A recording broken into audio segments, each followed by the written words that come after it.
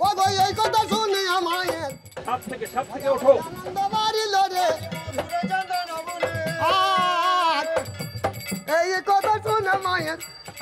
ওই আমার আনন্দ বাড়িল রে আজ গানে কবি বিষ্ণু পাল আমার গো বিশ্ব হরির বাড়ি গো ওরে গানে কবি বিষ্ণু পাল ওই আমার বিশ্ব হরির বাড়ি রে আজ রে ওমা গো এইখানে রেখে দিলাম